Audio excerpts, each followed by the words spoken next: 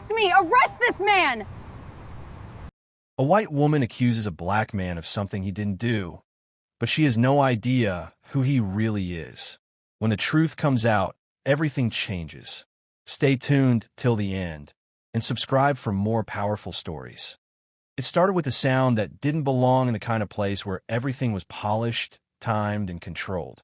A sharp, high-pitched scream sliced through the air, jagged and urgent, cutting across the smooth murmur of the morning rush inside Halton Tower. It wasn't the sort of startled yelp you hear when someone drops their phone or bumps into a stranger. This was deliberate, calculated, designed to capture every pair of eyes in the lobby, and it did. People froze mid-step. The aroma of freshly brewed coffee still hung in the air, but even it seemed to pause, suspended in the heavy silence that followed the cry. Near the revolving glass doors stood a woman in her late 30s, her light hair pulled into a tight chignon, her manicured nails clutching the strap of a designer handbag. Her cheeks were flushed, not with embarrassment, but with the flush of someone who feels entirely certain they have the moral high ground. She jabbed her finger toward a tall black man standing a few feet away, his hands resting loosely at his sides, his gaze level and steady. "That man," she announced, her voice ringing out like a gavel strike. "He harassed me, followed me all the way in. I told him to stop, and he wouldn't." It was the kind of accusation that seemed to pull the oxygen from the room. A young man in a tailored charcoal suit, halfway through sipping his latte, lowered the cup slowly.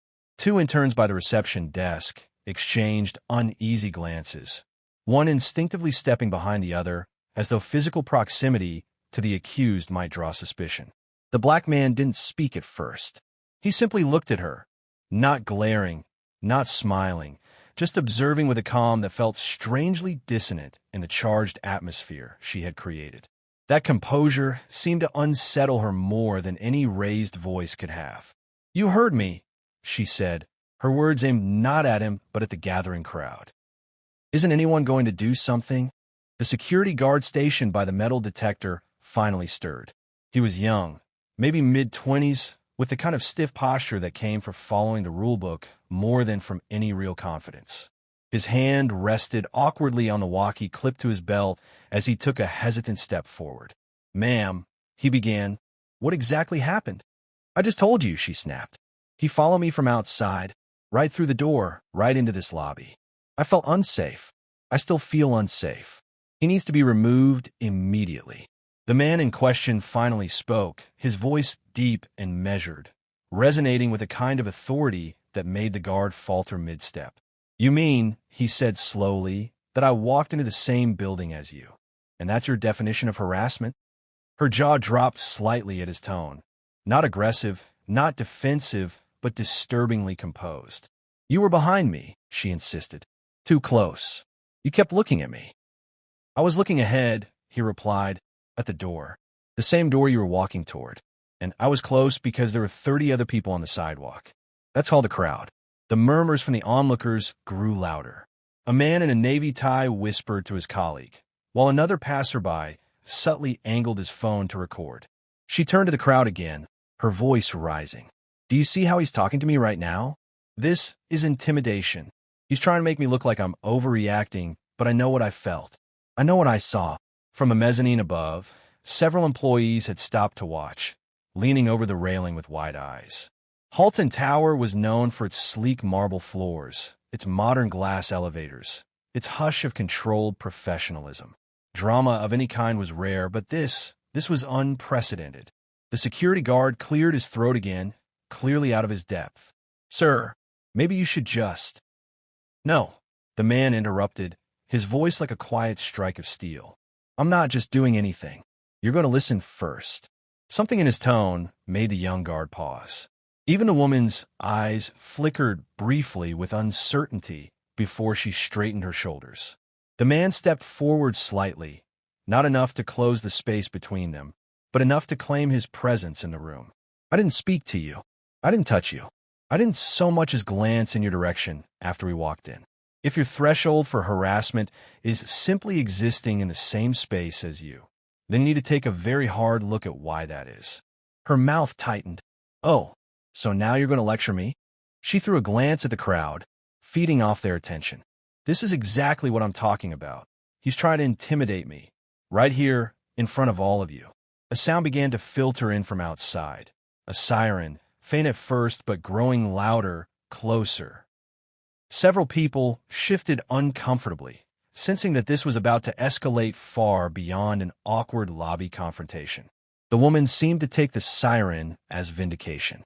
She smoothed her blouse, tilted her chin upward, and positioned herself just so, as though preparing for her role as the wronged party. The man didn't move. His breathing was even, his gaze fixed somewhere past her shoulder. It was the look of someone who had stood in this place before. Not this physical lobby, but this exact moment. Accused, judged, sentenced in the court of public perception before a single fact had been examined. The revolving doors spun open again, and two uniformed officers stepped in, scanning the scene with trained efficiency. Their eyes moved first to the woman, flushed, distressed, eager, and then to the man in the navy suit. "That's him," she said before they could speak, pointing once again. "That's the man who followed me. I told him to stop. He wouldn't." The older of the two officers, a man with a square jaw and a lifetime of experience in his eyes, approached. "Sir, we're going to need to speak with you outside." The man turned his head slowly toward the officer. "Outside?" "Yes, sir. We can sort this out there." "I'm not stepping outside until I make one thing clear," the man replied, his tone low but carrying enough weight to still the murmur of the crowd. "This woman doesn't know who I am, but everyone else here should. And before you put your hands on me, you might want to understand exactly where she's standing right now." The younger officer glanced at his partner, frowning. "And where's that?" "In my lobby," the man said evenly. "In my building. In the headquarters of my company." The crowd rippled with whispers. Someone audibly gasped. Heads turned toward the reception desk, where the receptionist, her face pale, nodded quickly. "That's Mr. Carter," she said in a voice that carried further than she intended. "James Carter, CEO of Halton and Reeves." The woman's composure cracked. Only for a second, but enough for everyone watching to catch it. Her hand dropped from its accusatory point, fingers twitching nervously at her side. James Carter took a single step forward, closing the space between himself and the officers. His voice remained calm, but the steel beneath it was unmistakable. "Now," he said, "do you want to have this conversation outside? Or do you want to have it here, in front of everyone who just heard her lie?" The sirens outside faded, leaving only the sound of the building's central air humming faintly in the tense silence. It was in that silence, thick, charged, unblinking, that the true story began to take shape, one that neither the woman nor the watching crowd was prepared to hear. James Carter didn't move after those words left his mouth. The air inside Halton Tower seemed to thicken, heavy with the weight of what had just been revealed. The officers stood there, caught between the instinct to follow procedure and the new understanding that this man wasn't just another name in a police report. He was the man whose name was etched in a brass on the wall behind the reception desk, the man whose decisions reached into boardrooms across the city. The woman's mouth opened, but no sound came out at first. Her eyes darted between the officers and James, searching for a thread of control she could grab onto, something to reverse the shift in the room. I didn't know who you were," she stammered finally, her voice weaker now, stripped of its earlier conviction. "That doesn't change what happened." James tilted his head slightly, studying her like a man, try to figure out if someone is naive or just reckless. "It changes everything," he said quietly, "because it means you didn't think twice before making a public accusation against someone you didn't know. You didn't ask a question, you didn't clarify, you didn't even consider that you might be wrong. You just decided." She bristled, finding a flicker of her earlier fire. "I felt unsafe." "That's enough. For you," James replied. "Feeling unsafe is enough to destroy someone else's life. For me, feeling unsafe is something I've lived with every day since I was old enough to understand the way people look at me." The words landed heavy. A few in the crowd looked down, their earlier curiosity now weighted with discomfort. The younger officer shifted on his feet, clearly uneasy. The older officer cleared his throat. Sir, if you'd like, we can. No, James said again, the steel returning to his tone. We're not stepping outside. We're going to settle this right here. And you're going to hear the truth, not just her version of it. He turned slightly toward the lobby, addressing the entire room without raising his voice. This morning, I left my apartment, walked 2 blocks, and entered my own building. I happened to be behind this woman for about 20 steps. I didn't speak to her. I didn't touch her. I didn't so much as notice her until she turned around in this lobby and started shouting.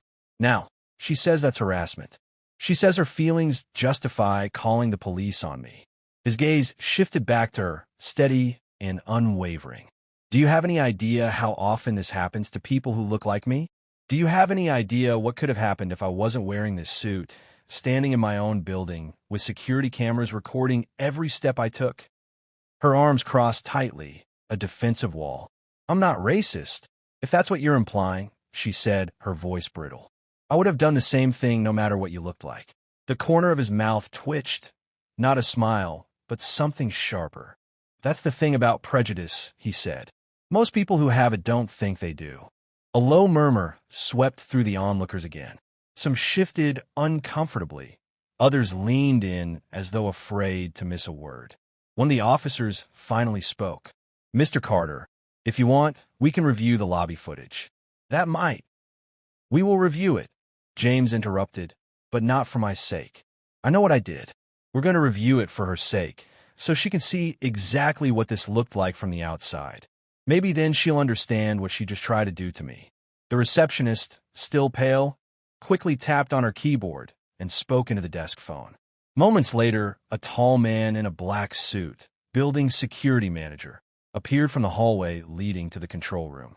He glanced between James and the officers before nodding silently, gesturing toward the side door. The woman hesitated. I don't think that's necessary, she said quickly, her voice cracking just slightly. It's very necessary, James said, his eyes never leaving hers. Because without proof, this becomes my word against yours. And we both know which way that usually goes in this country. The older officer nodded slowly, the weight of the statement settling over the group. Let's take a look, he said. They moved into the narrow control room, the hum of equipment filling the space. On a large monitor, the lobby camera feed from earlier that morning flickered to life. The footage showed the woman stepping in a frame from the left, James several paces behind, both walking toward the door. The lobby was crowded, people passing in both directions, some on phones, others chatting in small clusters. On the playback, James never looked at her. Not once. His gaze stayed forward, his stride steady. When she paused briefly at the security scanner, he stepped to the side to let another person pass, then continued walking in. The moment they both reached the reception desk, she spun around, her mouth moving sharply before the audio picked up in real time. The silence in the control room was thick. The woman's eyes stayed glued to the floor. That's what happened, James said finally. Not what you felt, not what you assumed. What actually happened? The younger officer exhaled slowly. Doesn't look like harassment to me. The woman's lips pressed into a thin line. I must have misread the situation, she said, but the words sounded hollow, like they were being forced through gritted teeth. Misread, James repeated. You didn't misread. You made a decision the moment you saw me. The decision that I was a threat. And you acted on it without a second of hesitation. That's not a misunderstanding. That's a pattern. Her shoulders drew up, but she didn't respond. The older officer closed his notebook. Looks like no crime was committed, he said. We'll be clearing this call. The woman's head snapped up. That's it? He just gets to act like this never happened. James's eyes narrowed. Oh, this isn't over, he said quietly. Not by a long shot, but we're not going to deal with it here. Not in front of an audience. He stepped toward the door, but before leaving, he turned back to her. You walked into my building this morning thinking you were going to teach me a lesson. Now, I'm going to teach you one instead, and you're not going to like it. He walked out without waiting for her response, the crowd parting around him like water. The woman stood frozen, her face pale now, as if she was only beginning to realize that she might have set something in motion she couldn't control. And outside, the city kept moving, unaware that inside Halton Tower, the opening act of a much bigger story had just ended. The elevator doors slid shut around James, sealing him in the quiet, reflective steel interior. He pressed the button for the top floor without hesitation, his jaw tight, his mind already moving several steps ahead. This wasn't just about her anymore. It was about every time someone like her had tried to write his story for him, to decide who he was before he had the chance to open his mouth. The ride to the executive level was smooth, but his thoughts were anything but. Faces from the past flickered in his memory. A teacher who had followed him around the school store because she assumed he'd steal. The woman at the hotel who had clutched her purse when he stepped into the elevator. The business associate who once mistook him for the valet. Those moments had been filed away quietly, each one a paper cut he'd been told to ignore. But this morning, that cut had drawn blood. When the doors opened, his assistant, Claire, was already waiting. She was sharp, unflappable, the kind of person who could juggle 5 crises without breaking stride. But even she looked taken aback by the expression on his face. "What happened?" she asked, falling in a step beside him as he headed for his office. "Lobby incident," he said simply. "A false accusation." Her brow furrowed. "Serious?" "Serious enough to call the police." Claire glanced over her shoulder toward the elevator as though expecting the woman to appear. "Do you want me to handle it?" "No," James said. "I'm going to handle it personally." By the time he reached his office, he had a plan forming, not out of anger alone, but out of principle. Too many people like her walked away from situations like this without consequence, free to do it again to someone else. If he let it slide, it would be as if he'd accepted her narrative. He sat at his desk and pulled up the building's guest registration system. Halton Tower required visitors to sign in, and sure enough, her name was there, Amanda Whitmore. She'd signed in just 20 minutes before the confrontation. Her destination, the 14th floor, Human Resources. Interesting. He leaned back in his chair, tapping a finger against the armrest. If she was here for a meeting with HR, she was either applying for a job, interviewing, or attending some sort of corporate seminar. Either way, her presence in his building wasn't random. She was here for something she wanted. And now, she was here with a problem she didn't know she had. James picked up the phone and dialed a number he knew by heart. "Megan, it's James. I need you to do a background check on someone. Name is Amanda Whitmore. She's in the building right now." Megan, his head of corporate security, didn't ask questions. "Give me 10 minutes, she said. While he waited, James reviewed the lobby security footage again. Not because he doubted what he saw, but because he wanted every detail burned into his mind. He knew from experience that people often twisted their stories when they realized they were in trouble. When Amanda's version inevitably shifted, he wanted to be ready. 10 minutes later, Megan called back. "She's a marketing consultant," she reported. "Freelance. Lives in Westbridge. No criminal record. She's here for an interview with our HR department. Contract work on an upcoming branding project. Scheduled to meet at 10 a.m. James smiled faintly, though there was no warmth in it. "Not anymore," he said. "You want me to cancel it?" Megan asked. "No," James replied. "I want you to move it to my office in 20 minutes. There was a pause on the other end. "You're going to interview her?" In a manner of speaking. At 9:57, Amanda stepped off the elevator onto the top floor, clearly unprepared for where she'd been redirected. She hesitated when she saw the plaque on the wall. James Carter, Chief Executive Officer, but smoothed her hair and approached the door anyway. James looked up from his desk as she entered, his expression unreadable. "Ms. Whitmore," he said evenly. "Please sit down." She did, though her posture was stiff, her eyes flicking nervously around the office, as if looking for an escape route. I thought my interview was with HR," she said. "It was," James replied. "But after this morning, I thought it would be appropriate for us to speak directly." Her lips pressed into a tight smile that didn't reach her eyes. "Look, about earlier, I think we both overreacted. It was just a misunderstanding." "Was it?"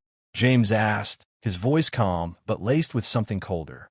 "Because from where I'm sitting, it looked like you made a deliberate choice to accuse me of something I didn't do." A choice that could have ended very differently if the circumstances were just slightly less in my favor. She opened her mouth, but he raised a hand to stop her. Before you say anything, I want you to think about what would have happened if I wasn't the CEO of this company. If I was just another man in that lobby, without cameras, without witnesses who knew my face. Do you know what the odds are that I'd have been believed over you? Her gaze dropped to the floor. I didn't mean. You meant exactly what you did, he cut in. You acted on an assumption, and you backed it up with the authority you thought you had in that moment. And you would have walked away thinking you'd done the right thing. I can't let that go unaddressed. Amanda's fingers twisted together in her lap. Are you saying you're not going to consider me for the project? James leaned forward slightly. I'm saying I'm going to make sure every client, every contact, and every partner you have knows exactly what happened this morning. And then I'm going to ask myself if there's something larger we can do here, because your mistake isn't just personal, it's systemic. Her head snapped up. You can't do that.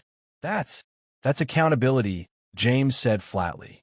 The thing people like you rarely face. The silence stretched between them, heavy and unyielding. Outside the office windows, the city glittered under the late morning sun, oblivious to the reckoning taking place inside. Amanda shifted in her seat, clearly realizing she'd underestimated the situation. What do you want from me? She asked finally. James sat back, studying her. The truth. And then, perhaps, something more. But we'll get to that. And in that moment, Amanda began to understand that the lesson James intended to teach her would not be quick, and it would not be painless. Amanda's breathing was shallow now, almost imperceptible, as though the oxygen in the room had thinned. The quiet hum of the city outside contrasted sharply with the stillness between them, each second stretching longer, heavier. James didn't rush to fill the silence. He knew silence could be more powerful than any accusation. It left people alone with their thoughts, and sometimes that was punishment enough. But this time, he didn't intend to stop at silence. You want to know what I want from you? He said finally, his tone deliberate. I want the truth. Every assumption you made about me in the lobby. Every thought that crossed your mind before you decided to pull the police into it. Not the polite version. The real one. Amanda swallowed hard. Her eyes darted toward the door, but she didn't move. I was just uncomfortable, she said softly. You were standing so close to me, and you. I was waiting for the elevator, James interrupted. You stepped in after me. Her cheeks flushed. I know, but when you looked at me, she trailed off. You assumed I was a threat, James said for her. Not because of anything I said, not because of anything I did, but because of who I am, because of my skin. Tell me I'm wrong. Amanda's lips parted, then closed again. She didn't say it. She couldn't. That's what I thought, James said. His voice was calm, but each word carried weight. You saw me, and you decided to write a story in your head before you even knew my name. And in that story, I was the villain. That story could have destroyed me if the wrong people had believed it. Amanda shifted uncomfortably in her chair. I didn't mean for it to get that far. I panicked. You didn't panic, James said. You exercised a privilege you've always had. The privilege to be believed without proof. And you expected it to protect you. The difference this time is you chose the wrong target. Her eyes flicked to his desk, where a stack of business cards sat neatly arranged. Each one bore his name and title in sharp black lettering. She hadn't known who he was before, but now she couldn't look away from it. What happens now? She asked. James leaned forward, resting his elbows on the desk. Now, you're going to help me make this bigger than the two of us. You're going to tell your story, every ugly, uncomfortable detail of it. You're going to talk about what you assumed, why you assumed it, and how wrong you were. And you're going to do it publicly. Amanda's eyes widened. Publicly? You mean? Yes, James said. I want you to say it in your own words. Not because I want your humiliation, but because other people need to see what this looks like when it's exposed. The world is full of polite conversations about bias and prejudice, but it's the moments like this, the ones that could have ended with someone's life torn apart, that people need to hear about. Her jaw tightened. And if I say no, then I make sure every professional door you try to open from this day forward slams in your face. James said simply. "And I make sure you remember exactly why." Amanda's hands tightened into fists in her lap. For a moment, James thought she might lash out, defend herself, shift the blame. But instead, she slumped back in her chair, the fight leaving her all at once. "What would I even say?" "You'll start with the truth," James replied. "Then you'll explain what you've learned. And you'll make it clear that this isn't just about you. It's about the thousands of other people who've done the same thing and walked away thinking nothing of it." They sat in silence for a long moment. Finally, Amanda nodded, almost imperceptibly. Over the next hour, James outlined exactly how it would work. Amanda would record a video statement in one of the company's media rooms, raw and unedited. She would describe the events of the morning in detail, admit her assumptions, and acknowledge the harm she could have caused. The company's communications team would release it, not as a piece of sensational scandal, but as a direct, educational message about the danger of unchecked bias. When Amanda left his office, escorted by Claire, James felt the tension in his shoulders ease slightly. It wasn't victory, not yet, but it was a start. The following week, the video went live. It wasn't flashy. There was no dramatic music, no slick editing. Just Amanda, sitting in a plain chair, speaking directly to the camera. Her voice trembled at times, but she didn't look away. She spoke about fear, about the instant judgment she'd made, about how she'd convinced herself she was acting for her own safety. She admitted how easily her actions could have led to James being detained, arrested, or worse. And then she talked about what she'd learned. That safety shouldn't come at the cost of someone else's dignity or life, and that assumptions rooted in bias are dangerous, no matter how subtle they seem in the moment. The response was immediate.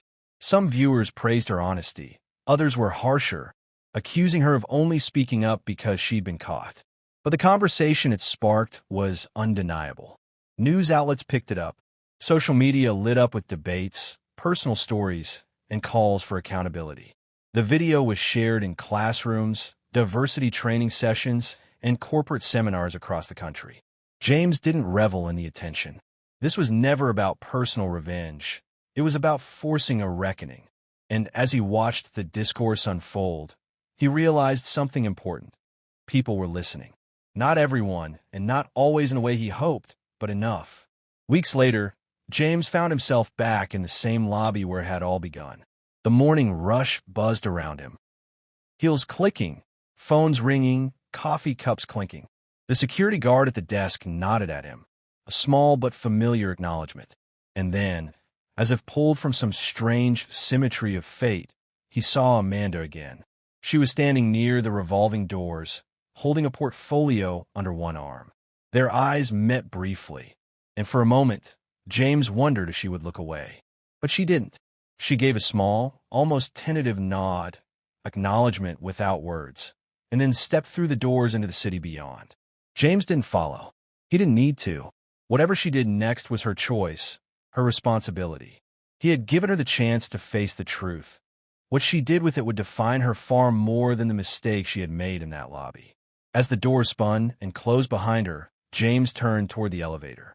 The world hadn't changed overnight, and it never would. But maybe, just maybe, one person's willingness to admit their bias out loud could make someone else stop and think before they acted on theirs. And if that was the case, then it had been worth it. Because sometimes, justice wasn't about punishment. James stepped into the elevator, the stainless steel walls reflecting fragments of his face like shards of a broken mirror. He pressed the button for the top floor and leaned against the back wall, listening to the low hum as the door slid shut. But even as the elevator ascended, his mind wasn't climbing with it. It was drifting, pulled back into memories that refused to release their grip. In his mind, he replayed the moment from weeks ago. The sound of Amanda's voice calling out to the police officer, the cold edge in her tone, the way every pair of eyes in the lobby had turned toward him as if he had already been judged.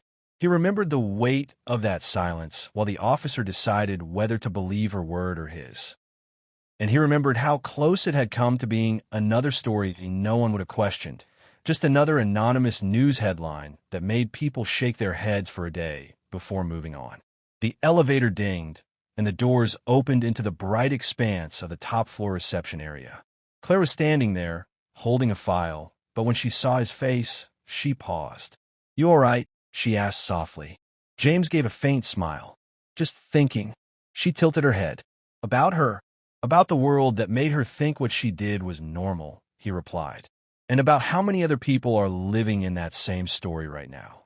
Claire didn't respond. She didn't need to. Instead, she handed him the file. "Your 2 p.m. briefing is in the boardroom. We got the outreach proposal ready." The outreach proposal. His way of turning a single incident into something systemic, something with momentum. After Amanda's public statement, James had received hundreds of emails. Some were messages of support. Others were confessions, stories from people who admitted they had made similar assumptions, caught themselves, and wanted to know how to unlearn them. There were even letters from police officers, teachers, HR managers, saying they wanted to use the video in their own training sessions. But buried among them were the letters that made James pause. Stories from people who hadn't been as lucky as him. People who had been arrested, fired, or worse, on the strength of a false or biased assumption. People whose lives hadn't just been interrupted, but permanently altered.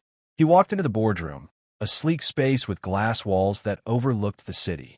His leadership team was already there, marketing heads, HR directors, community liaisons. The room buzzed with low chatter until James stepped in, and then all eyes turned to him.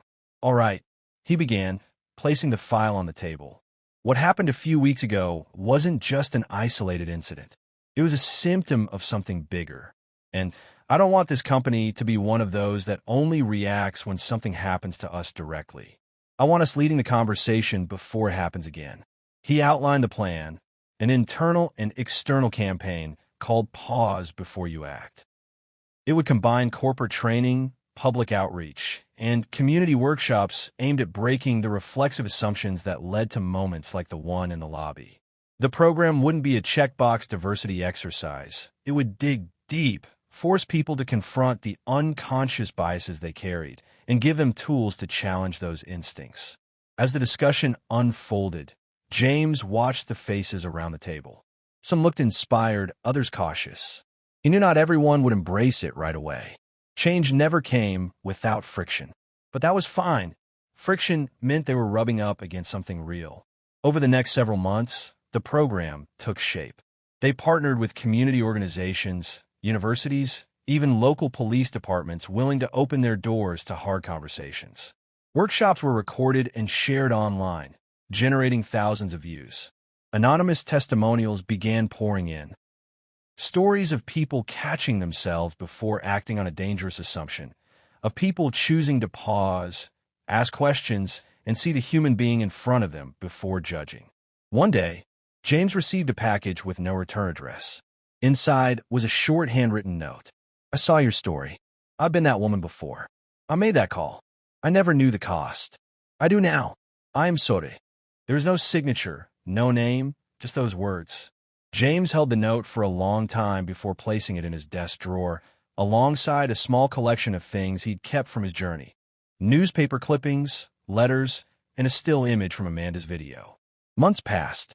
The city cycled through its seasons. The lobby where it had all begun saw hundreds of people come and go each day, most of them unaware of the moment that had once shifted the course of a company and 2 lives. One autumn afternoon, James was walking through a community center where one of the workshops was being held. A group of high school students was gathered in a circle, discussing a video they'd just watched. James stayed at the back, listening. One girl spoke up. I think what stood out to me was how fast she assumed. Like, she didn't even think she was wrong until someone pointed it out. I've done that before.